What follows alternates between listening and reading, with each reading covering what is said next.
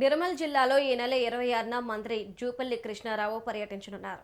కాంగ్రెస్ మద్దతుతో గెలిచిన నూతన సర్పంచ్లు, ఉప సర్పంచ్లు, వార్డు సభ్యులను సన్మానిస్తారు. ఇందుకోసం పట్టణంలోని రెడ్డి ఫంక్షన్ హాల్లో శుక్రవారం మధ్యాహ్నం 1 గంటకు కార్యక్రమం ప్రారంభమవుతుంది. ఈ కార్యక్రమంలో జూపల్లి ప్రభుత్వ సలహాదారులు, బోధన్ ఎమ్మెల్యే సుదర్శన్ రెడ్డి, డీసీసీ అధ్యక్షులు, ఖానాపూర్ ఎమ్మెల్యే వెడ్మా బొజ్జు పటేళ్లు ముఖ్య అతిథులుగా హాజరయ్యారు. గ్రామ పంచాయతీల సర్పంచులకు, ఉప సర్పంచులకు మరి శుక్రవారం 26వ తారీఖు మధ్యాహ్నం 1 గంటకు రెడ్డి ఫంక్షన్ హాల్లో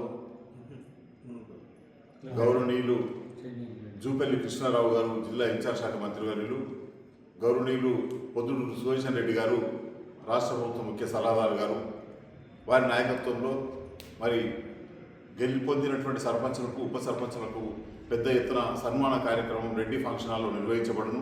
కావున సకాలంలో సర్పంచులు, ఉప సర్పంచులు అందరూ తమ అనుచర వర్గంతో హాజరు కావాల్సిందిగా అందరికీ విజ్ఞప్తి చేస్తూ ఉన్నాను.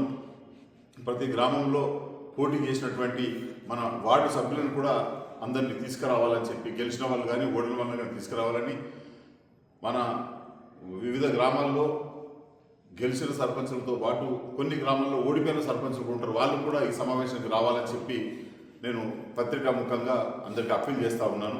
ఈ కార్యక్రమాన్ని దిగ్విజయం చేయవలసిందిగా అందరికీ నేను మనవి చేస్తూ ఉన్నాను.